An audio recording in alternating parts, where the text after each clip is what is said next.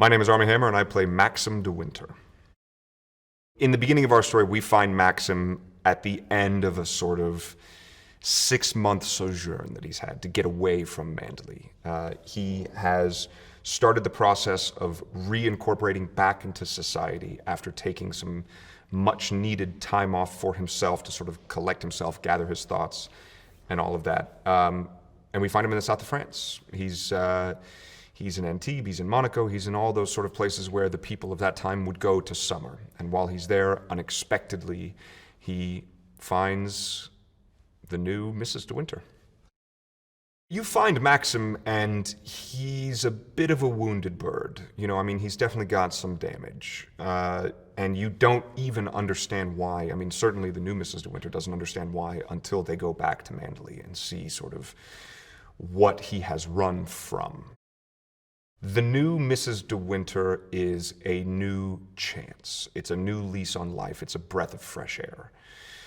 He has been in a long-lasting, toxic relationship that, for those who have read the book or seen the original Hitchcock film, know that it ended really poorly, about as poorly as a relationship can possibly end. And he's been on the lam. He's been on the run, both from himself, from the law, from all of that. And enter this new woman who has this sweetness and purity and almost innocence that certainly the last Mrs. de Winter and the late Mrs. de Winter didn't have any of. So it's a chance to start over. It's a chance to sort of say, this is what I want in this new relationship. Unfortunately, Maxim is also carrying a lot of baggage with him, and that starts to affect this new life that he's trying to start with the new Mrs. de Winter. When Maxim meets the new Mrs. de Winter in France, it seems like she is the first person he has ever spent time with that gets him out of his head and gets him out of thinking about the situation that he has been running from for so long. He can sit and talk with her on a veranda for hours and never think about his past and never think about any of the prior trauma that he's suffered through. And he thinks that she is sort of like that balm. She's that salve. She is that thing that makes it all better. So I'm going to marry you, and this is our new chance at life, and I'm going to take you back to Manderley. And she is, in and of herself, that salve to make those wounds feel better. But the problem is you go back to the site of the original trauma, and no matter how strong of a sort of balm she's able to be, she can't cover the wounds. There's still a lot of triage necessary for Maxim to get over everything that's happened. And he thought that she was strong enough a force to do that. And you quickly realize that he's going back to a haunted house, albeit there's no actual ghosts there, but it's haunted by memories, and she's just not quite enough to cover up all the memories that he's been running from. It's a very funny dynamic between Maxim and Mrs. Danvers, because Mrs. Danvers originally came with Rebecca, his prior wife. She had been with Rebecca since she was a child, and Rebecca really ran the house. She called all the shots. She, in the most sort of graphic and belittling ways towards Maxim, and it was always Rebecca and Mrs. Danvers as a team. So now Rebecca is out of the picture, but Mrs. Danvers still has some of that power. The home itself is a pressure cooker. As soon as these two people go there, they're bringing with them the beautiful memories of their honeymoon. They're bringing with them their new, fresh love for each other, a new sense of excitement about life, and then they step into this environment that is a pressure cooker. And any fears and any guilt or any sort of negative emotions that either of them might be harboring, either openly or secretly, just get amplified.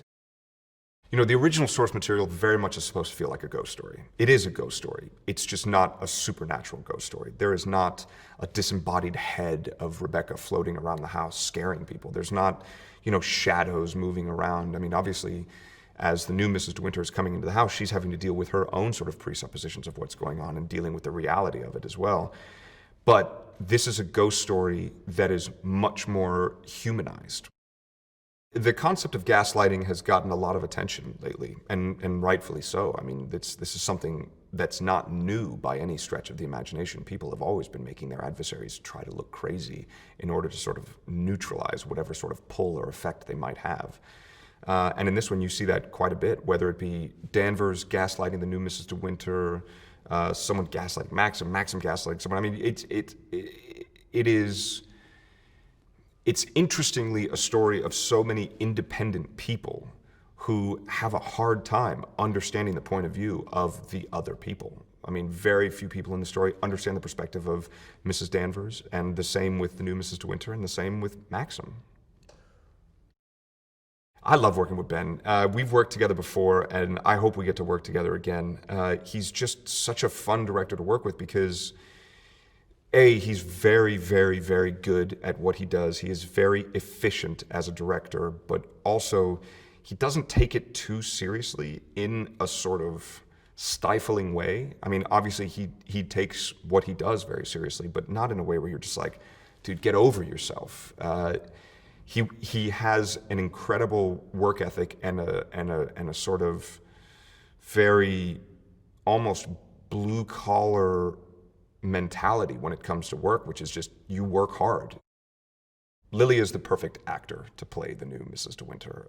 She brings a joie de vivre and sort of youthfulness to the part that for someone like Maxim, who has been through a lot and has seen more than his fair share of trauma and all of that, she has this youthful innocence to her that is incredibly attractive and appealing. And Lily brings that so well. She is also maybe one of the more professional actors that I've ever worked with. I think before every scene that we do, Lily has her script in one hand and the book in the other, and both of them look like tattered messes, just covered in scribbles, and her notes and things that she wanted to incorporate. But I like this line from the book more than this line from the script, so I'd love to do that, but also this line from the script is better than the book, but in the book the tone is this, so maybe we can blah, blah, blah. So she's constantly cross-referencing all of these different source materials, which is really encouraging, and while you're in a scene, to be doing that with someone. And then Kristen is a force. I mean, Dame Kristen Scott Thomas is a force to be reckoned with.